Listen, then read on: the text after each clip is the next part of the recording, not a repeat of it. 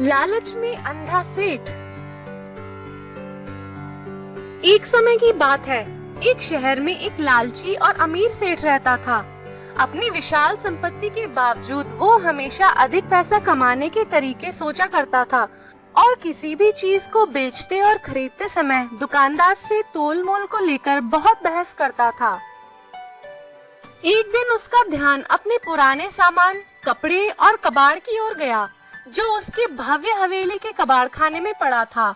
किसी को दान में न देकर उसने वो सामान कबाड़ी वाले को बेचने का फैसला किया, जो सड़कों पर घूमकर पुरानी वस्तुओं को खरीदता था।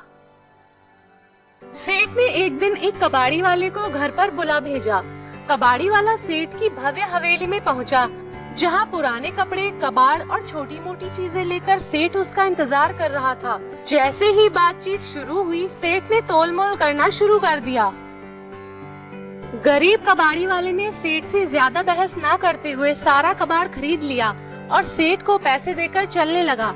सेठ को यह देखकर आश्चर्य हुआ कि उसने सारे सामान खरीद लिए, लेकिन देवी देवताओं की पुरानी पीतल की मूर्तियां और फोटो फ्रेम को छोड़ दिया। तुरंत सेठ ने आवाज लगाकर कबाड़ी वाले को बुलाया।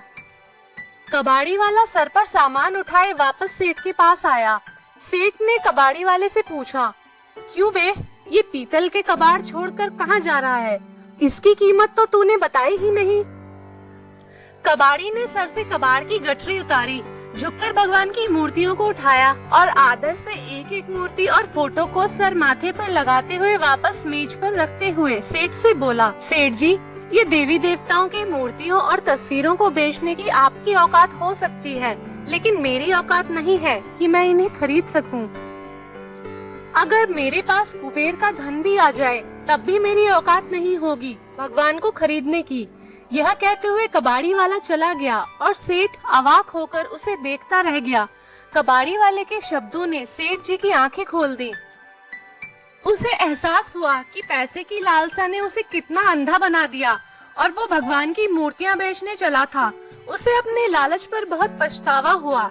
एक गरीब और ईमानदार कबाड़ी वाले ने उसे जीवन की बहुत बड़ी सीख दे दी कि इस दुनिया में ऐसा बहुत कुछ है जो बेचा और खरीदा नहीं जा सकता।